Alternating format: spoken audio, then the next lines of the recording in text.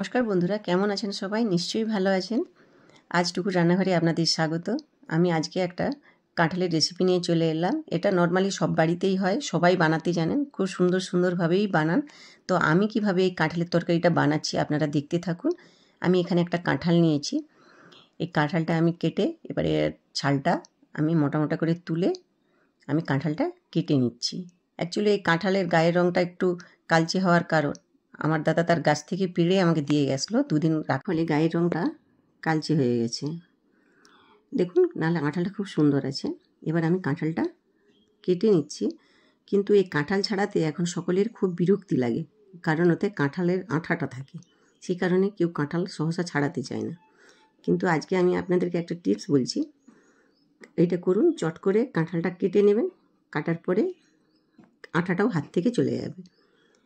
দেখুন আমি দেখাচ্ছি। এরপরে আমি কাঁঠালটা কেটে নিলাম। এবার দুটো আলু নিয়েছি, আলুটাও আমি কেটে নিচ্ছি। দুটো আলু কেটে নেওয়ার পর এবার আমি ধুয়ে হাঁচিতে তুলে দিচ্ছি। এবারে দেখুন হাতে আমার আঠা লেগে আছে। আমি একটু নুন নিয়েছি, একটু সরষের তেল নিয়ে হাতটা ভালো করে ঘষে নিন। এবারে ঘষে এটাকে একটু জল দিয়ে আপনি হাতটা সুন্দরভাবে ধুয়ে নেবেন। দেখবেন যে হাতটা খুব সুন্দরভাবে একটু আঠা হাতে লেগে। আমি একটা কড়াই বসিয়ে দিয়েছি, কড়ার মধ্যে কিছুটা জল দিয়ে দিচ্ছি। এবারে জলটা যখন গরম হয়ে যাবে তখন আমি 1 চামচ নুন আর 1 চামচ হলুদ দিয়ে দিচ্ছি। দিয়ে একটু খুন্তি দিয়ে নেড়ে নিচ্ছি। এরপরে যখন জলটা ফুটে উঠবে তখন আমি এখানে যে কাঁঠালটা কেটে রেখেছিলাম সেই কাঁঠালটা আমি এবার ওর মধ্যে দিয়ে সেদ্ধ করে নেব। এখানে আমি কাঁঠালটা খুব বেশি সেদ্ধ করব না, আমি এখানে 10-15 মিনিটের জন্য সেদ্ধ করব। আর এটা বেশি সেদ্ধ করলে কাঁঠালটা ঘেঁটে যাবে, তখন খেতে ভালো লাগে না। একটু শক্ত থাকলে কাঁঠাল খেতে ভালো লাগে। এবার আমি কাঁঠালটা প্রায় আমার সিদ্ধ হয়ে আসছে। আর এবার আমি একটা ছাঁকনি দিয়ে কাঁঠালটা ছেঁকে নিচ্ছি। আমার সব কাঁঠালগুলো প্রায় ছাঁকা হয়ে গেছে। এবার আমি কড়াটা ভালো করে ধুয়ে আমি গ্যাসের মধ্যে বসিয়ে দিচ্ছি। আর এই কাঁঠালটা রান্না করতে আমি এখানে সরষের তেল ব্যবহার করব।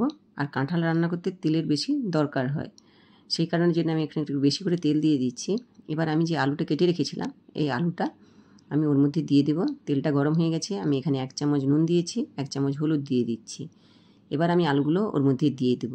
এই নুন হলুদটা আগে থেকে দেওয়ার কারণ এই নুনটা দিয়ে দিলে আলুগুলো যখন আর গায়ে একদম লাগবে না, সুন্দরভাবে ভাজা হয়ে যাবে। অনেক সময় আলু লেগে যায় কড়ার মধ্যে। আলুগুলো প্রায় ভাজা হয়ে গেছে। এবার আমি একটা থালাতে তুলে নিচ্ছি আলুগুলো তুলে নেওয়ার পর আমি ওই তেলের মধ্যে দিয়ে দিচ্ছি 2টো শুকনো লঙ্কা আর তেজপাতা দিয়ে এখানে আমি একটু জিরার ফোড়ন দেব। জিরা একটুখানি দিয়ে দিচ্ছি। এবার আমি এখানে 3-4টা কাঁচা লঙ্কা দিয়ে দিলাম। পেঁয়াজ কেটে রেখেছিলাম 2টো, পেঁয়াজ দিয়ে দিচ্ছি। দিয়ে এবারে আমি মশলাটা ভালো করে কষিয়ে নিচ্ছি। এবার আমি এখানে 1 চামচ রসুন বাটা দিয়ে দিচ্ছি। দিয়ে মশলাটা একটু নেড়ে নিচ্ছি। এরপর এখানে আমি 1 চামচ আদা বাটা দিয়ে দিচ্ছি। দিয়ে আমি মশলাটা ভালো করে কষিয়ে নেব। যখন দেখব মশলাটা ভাজা হয়ে আসছে তখন আমি এখানে একটা বড় টমেটো কেটে রেখেছিলাম ওর মধ্যে দিয়ে দিচ্ছি। দিয়ে আমি কিছুক্ষণ এটা এভাবে নাড়তে থাকবো। আর এখানে এবার মশলাটা আমি আরও কিছুক্ষণ এইভাবে কষিয়ে নিচ্ছি। এবার টমেটোগুলো যখন গলে আসবে এখানে আমি আগে থেকেই নুন অল্প করে দেওয়া ছিল। এবার আমি এখানে আরও 1 চামচ নুন দিয়ে দিচ্ছি স্বাদ মতো। দিয়ে মশলাটা আর একটুক্ষণ কষাবো। কষানোর পর যখন টমেটোগুলো গলে আসবে তখন আমি এখানে 1 চামচ হলুদ দিয়ে দিচ্ছি। হলুদ দিয়ে মশলাটা আরও কিছুক্ষণ একটু কষাবো।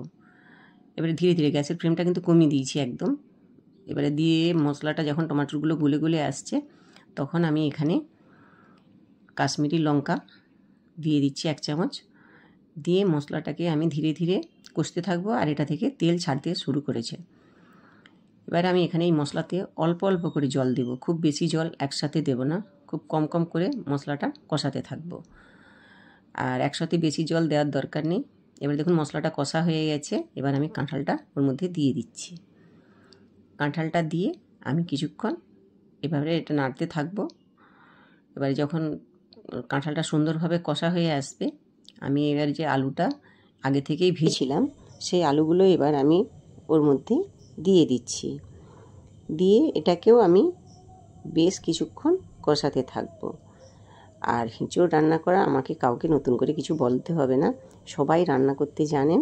আর সবাই সুন্দরভাবেই রান্না করেন। আমার অ্যাকচুয়ালি রান্না করাটা আমার খুব শখ, আমি সেই জন্যই রান্নাটা করি। আমি রান্না করতে খুব ভালোবাসি। এরপর এঁচোড়টা যখন খুব সুন্দর হয়ে সিদ্ধ হয়ে আসতেছে, তখন আমি এখানে একটা জিনিস স্কিপ করে গেছি, একটু করে জল দিয়ে আমি এটা আরও বেশি কষিয়েছি। আর এবার আমি একটা ঢাকা দিয়ে দিচ্ছি। যেহেতু গ্যাসটা কমানো আছে, আমি এবারে আস্তে আস্তে ওটা থেকে তেল ছাড়তে লাগবে। এবারে দেখুন খুব সুন্দরভাবে তেল ছেড়ে বেরিয়ে আসছে। আমি তো এভাবে রান্না করি, তো আপনারা কিভাবে রান্না করেন আমাকে প্লিজ একটু কমেন্ট করে বলবেন। এবার আমি আবার একবার কিছুটা কষানোর পর আবার ঢাকনাটা ঢেকে দিচ্ছি। এইভাবেই আমি কাঁঠালটাকে কষিয়ে নিচ্ছি। এরপর আমার পুরো কমপ্লিট কষানো হয়ে গেছে। এবার আমি এখানে জল দিয়ে দিচ্ছি। এখানে আমি গরম জল করে রেখেছি, হ্যাঁ, আমি গরম জলটাই এখানে দিয়ে দিচ্ছি। তো এরপরে এটা ফুটতে থাকবে, আর আলু টালুগুলো সবই সুন্দরভাবে সেদ্ধ হয়ে গেছে। এখানে আমি অল্প করে স্বাদের জন্য চিনি দিয়ে দিচ্ছি। আপনারা সেটা নাও দিতে পারেন, কিন্তু অল্প একটু চিনি দিলে তাতে তরকারির স্বাদটা অনেকটা বেড়ে যায়। এবার এখানে আমি গরম মশলা করে রেখেছিলাম একটা, তো গরম মশলাটা আগে আমি একটা ভিডিওতে দেখিয়েছি। আমি সেই গরম মশলাটা করে রেখেছিলাম, এবার আমি ওর মধ্যে ছড়িয়ে দিচ্ছি। দিয়ে কিছুক্ষণ এটা এইভাবে ফুটবে, তারপরে আমি এটা নামিয়ে নিচ্ছি। এটা আপনি ভাতের সঙ্গে বা রুটি বা পরোটা যেটার সঙ্গেই খান না কেন, খেতে খুব দুর্দান্ত